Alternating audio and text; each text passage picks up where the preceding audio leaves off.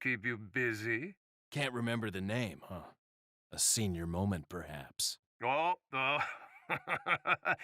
enjoy the fun.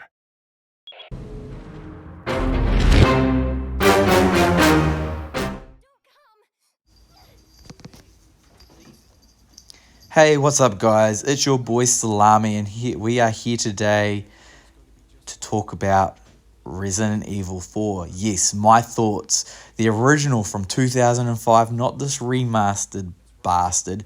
The original. I know I'm late to the party, but better late than never, right? And let me tell you, this game is freaking amazing. And if you need to play it, you should. If you haven't already, trust me, you won't regret it. Now, before we get into the review, I'd love you to smash that like button and subscribe to my channel for more awesome gaming content. And don't forget to hit the bell if you ever want to never miss a video from me, but I don't expect you to hit the bell button. Okay, let's get into it. So Resident Evil 4 is a survival horror game that follows, Leon Kennedy, a former cop who's now a special agent sent to rescue the president's daughter, Ashley, from the cult in Spain. We've heard all this before. Sounds simple enough. Well, not quite, because it's, the cult's not your typical bunch of weirdos. They're infected with a parasite called Las Plagas that turn them into violent, mindless creatures that will stop at nothing to kill you. And they're not alone. You'll also face horrors like giant insects, chainsaw-wielding maniacs, and even a lake monster.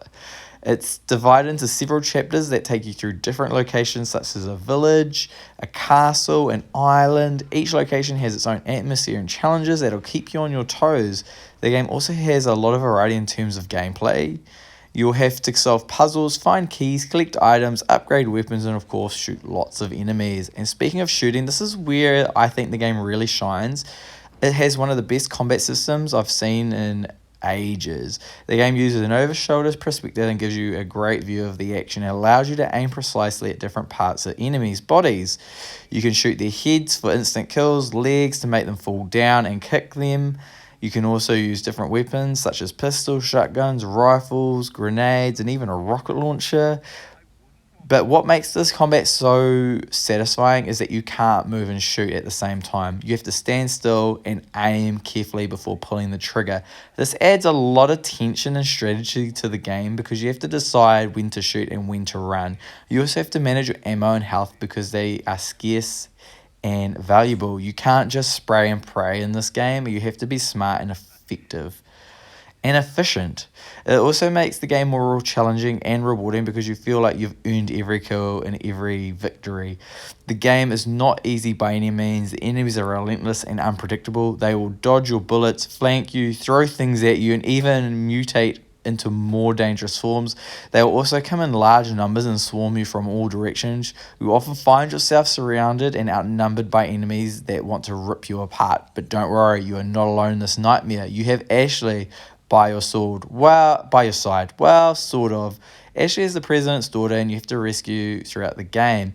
She's not very helpful though, and she can't fight or do much besides follow you around and hide in dumpsters.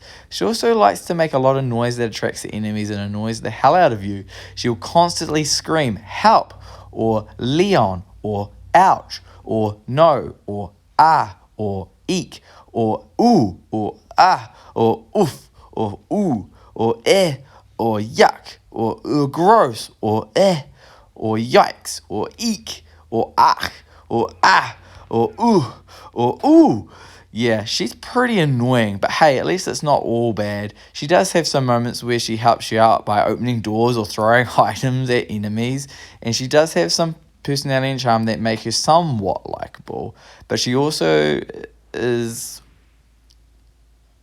yeah, she's okay. And I love the older games where you could look up the skirt and she goes, what are you doing? It's a very bizarre thing.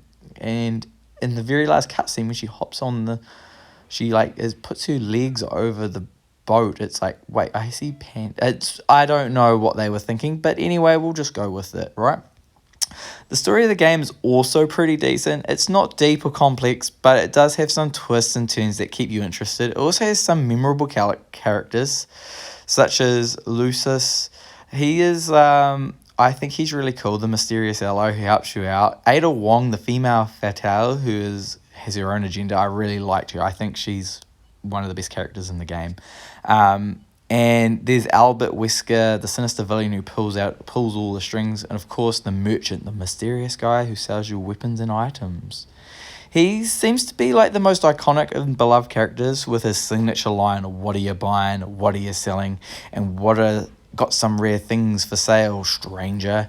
He also has a distinctive voice and accent that makes him stand out, but I don't really get I don't get it. I didn't think much of him at all. Like, without the internet telling me that he's some cult classic character, I would have just thought he was the merchant. He didn't really do anything for me. But anyway, so be it. Graphically speaking, the game's impressive for its time. It was really pushing the GameCube hard, especially when you see the difference between the GameCube version and the PS2 version. It's really pushing the GameCube. The lighting and all that's quite well done for the game of its age, and its atmosphere and mood is absolutely beautiful, and the game runs very smoothly. But I am playing on PS5, so I don't know what it would play like on the original GameCube, but it plays beautifully on the PS5. Sound design is also top notch. The game has a lot of ambient sounds and some great little music moments. There's not a lot of music in the game, but when you do hear it, you know it straight away. Sound effects of weapons and enemies are also very satisfying and realistic. The voice acting in the game is decent, I guess. Dialogue is cheesy and corny at times, but it adds to the charm and humour of the game. Overall, I would say Resident Evil 4 is a masterpiece of gaming that deserves all the praise and acclaim it's received over the years. It's one of those games that you can play over and over again and still have fun and discover new things. The game has gauged very well and it still holds up today. It's a game that every gamer should play in at least once in their life, and I'm glad I finally got around to it at the ripe old age of 32. Or 31, almost 32. So what are you waiting for? Go play RE4 right now. You won't regret it. I promise you that. It's actually worth your time. And thanks. And that's it for this video, guys. I hope you enjoyed my review of Resident Evil 4. And if you did, please leave a comment, like, and sub. And for more awesome gaming content, stay with me for much longer. I really appreciate it. Give me some feedback on what you want to see next.